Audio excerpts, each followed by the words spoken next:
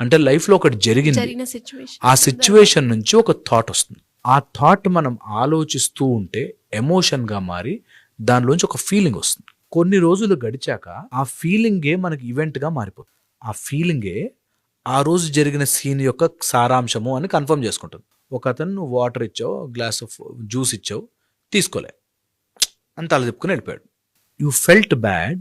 ఆ ఫీలింగ్ నీ లోపల ఉండిపోయి ఆ ఫీలింగే థాట్ని జనరేట్ చేస్తూ ఉంటుంది. నన్ను ఇన్సల్ట్ చేశాడు, నన్ను ఎందుకు ఇష్టపడలేదు, you have now there is no event, there is only a feeling. ఆ ఫీలింగే థాట్ని జనరేట్ చేస్తుంటుంది. నేను అంత ప్రేమించానే, వాడు నన్ను ఎందుకు వద్దన్నాడు అనే thought. Now your feeling has become an event and ఆ ఈవెంటే థాట్ జనరేట్ చేస్తుంది. ఓకే, సో ఈ థాట్ నుంచి, ఆ లోన్లీనెస్ నుంచి బయటకు రావాలి అంటే ఆ ఫీలింగ్ని అర్థం చేసుకోవాలి. నేను ఏం ఫీల్ అవుతానో అన్నది నా చాయిస్.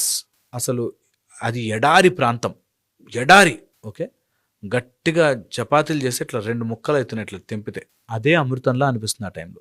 ఎడారిలో మన తిండి దొరకకపోతే, ఓకే, మంచిగా ఫుల్ మస్తు మీల్స్ పెట్టున్నాయి, ఆ చపాతీ కొంచెం మాడినా కూడా ఇట్లాంటి తిండి పెట్టారా అనిపిస్తుంది.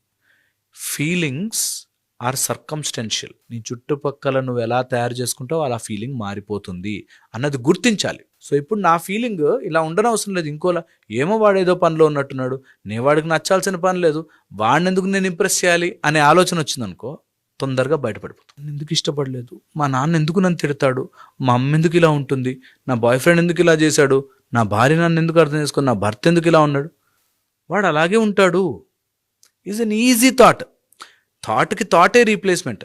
నీ లోన్లీనెస్కి థాటే కారణమైనప్పుడు, ఆ థాట్ నీలోనే ఉన్నప్పుడు ఆ థాట్ని అధిగమించడం కూడా నీ చేతిలోనే ఉంటుంది అన్నది పాయింట్.